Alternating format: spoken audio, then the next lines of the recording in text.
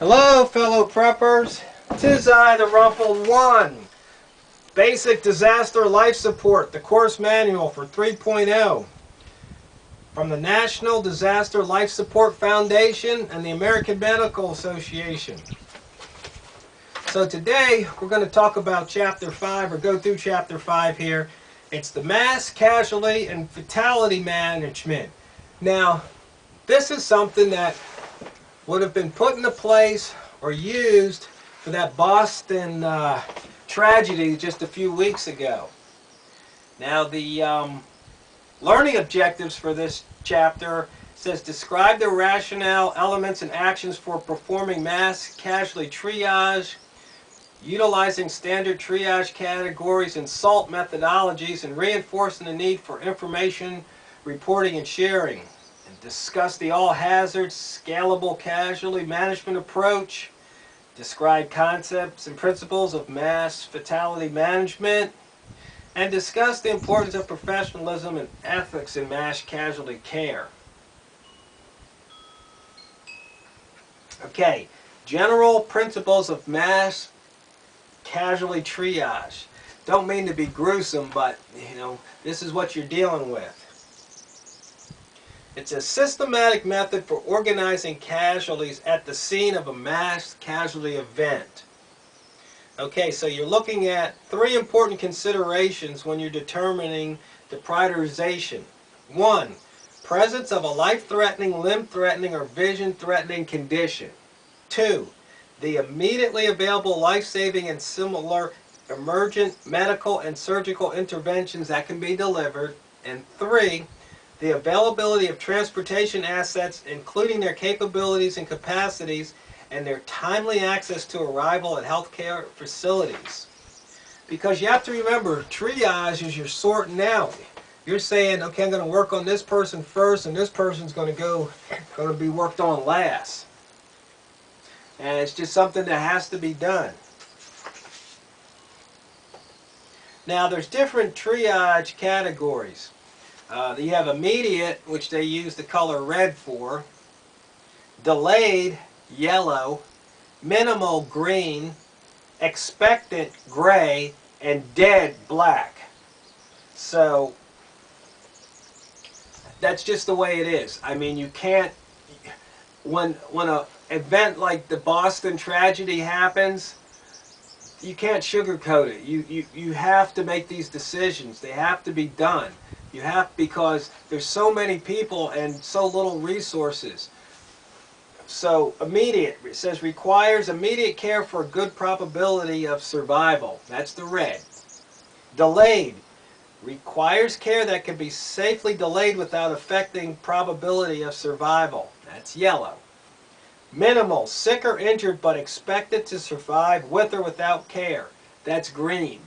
In other words, if you have a green tag, they're just going to leave you sitting there because they figure you're going to survive. Expectant, alive, but with little or no chance of surviving given current available resources. They put you gray. They think you're going to die. Now, and once again, it's because of available resources. So if there's only one doctor on the scene, but somebody's worse off than you, or you got 10 people worse off than you,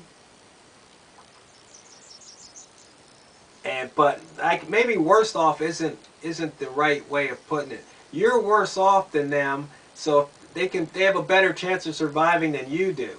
So the bottom line is they're going to pass you over because they just say, you know what, this guy's going to die anyway. We're not going to waste the resources, the manpower, the supplies on them.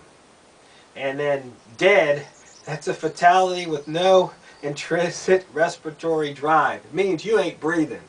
That's the color code black.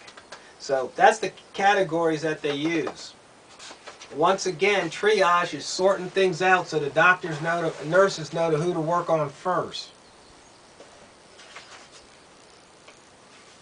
And of course, everything has to be documented, documented, documented. And then they also talk about the SALT mass casualty triage method. See, number one is you sort. And number 2, you assess. That's step 2. So that's the way they do it. And what they do is they want to see in step 2, you know, are you breathing? Are you likely to survive?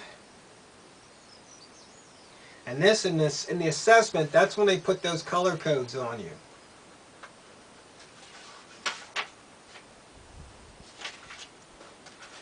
Oh, let's see what else.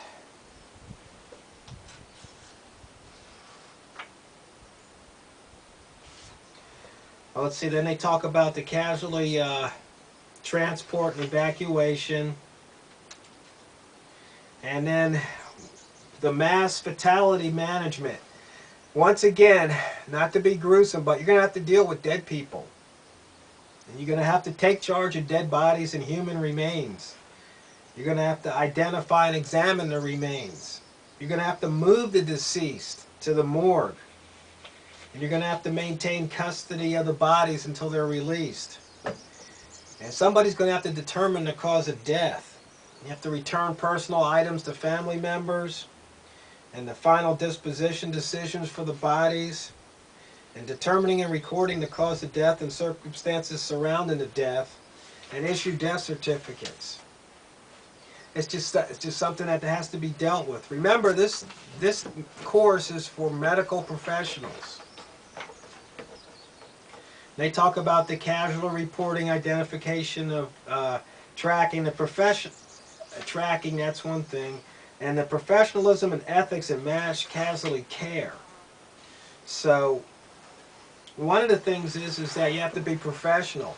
But you also have to be direct. If somebody's dead, you say they're dead. You don't say they passed on or anything like that. You just look them in the eye and say, sorry, but so-and-so is dead. And then you just have to move on. So that sums it up. So that was Chapter 5 in the Basic Disaster Life Support course. Once again, this course, in many instances, is held for free. And I usually put the link down below, so you just click on it and see if they have one scheduled for your area. And they also do other classes, and I highly recommend that if at all possible, you attend one of these courses. And the Basic Disaster Life Support. They also have the Advanced Disaster Life Support and other classes. I missed the burn one. I had something else to do, but when it rolls back around, I think I'll take it. So, once again, I highly recommend this.